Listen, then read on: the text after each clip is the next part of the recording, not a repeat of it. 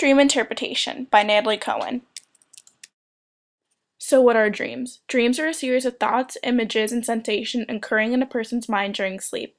Dreams can be mysterious but understanding.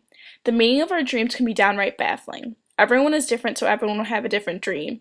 Dreams can mean a lot depending on what particular person is dreaming about. What do dreams mean? Every dream has a different meaning. People are most likely to remember the dream if they are awakened during the REM phase.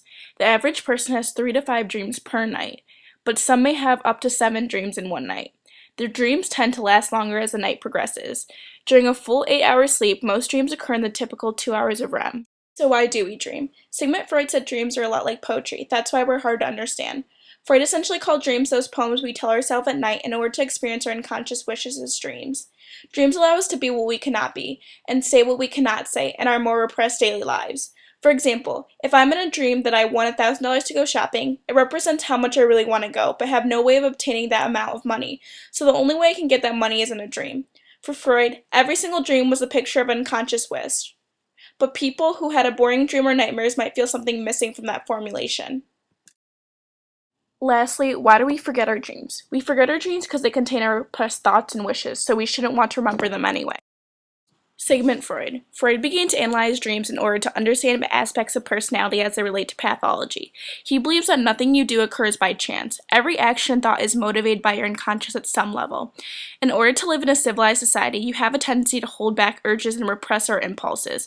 However, these urges and impulses must be released in some way. They have a way of coming to the surface in disguised forms.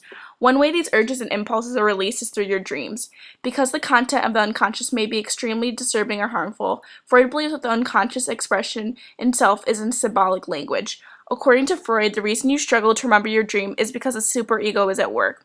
It is doing its job by protecting the conscious mind from the disturbing images and desires conquered by the unconscious. Freud's theory of dream interpretation includes manifest content and latent content. Manifest content is a portion of our dreams that a person remembers, which are harmless symbols, whereas latent content is a hidden element of a dream that is determined by the unconscious forces and of which the person is unaware. Dreams reflect the same thoughts, fears, concerns, problems, and emotions that we have when we're awake. Activation synthesis theory. Dreaming occurs because the brain areas that provide reasonable cognitive control during the wake state are shut down. As a result, the sleeping brain is stimulated by different chemical and neural influences that result in hallucinations, hallucination, high emotions, and bizarre patterns that we call dreams. That helps us completely understand the true hidden meanings of dreams. Dreamers have to list out all content of the dream and make associations that have relevance to the core content of their dream. All of our memories are in fact associated in one system. Freud's psychological theories have affected numerous people in society, including John Forster, who wrote a dream article entitled Remembering and Forgetting Freud in the Early 20th Century Dreams. There are also 4 English writers of the early 20th century who applied Freud's psychological theories with their own dreams.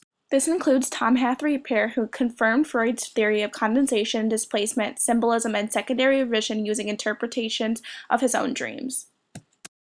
W.H.R. Rivers was one who also used Freud's psychological techniques. He was a medical anthropologist who focused on Freud's techniques in hospitals. Next was Ernest Jones, who wrote a paper called On the Nightmare, where he talked about the relationship between religion and nightmares. And lastly, Alex Triggy, a British psychologist who wrote The Analysis of a Dream of Doubt and Conflict.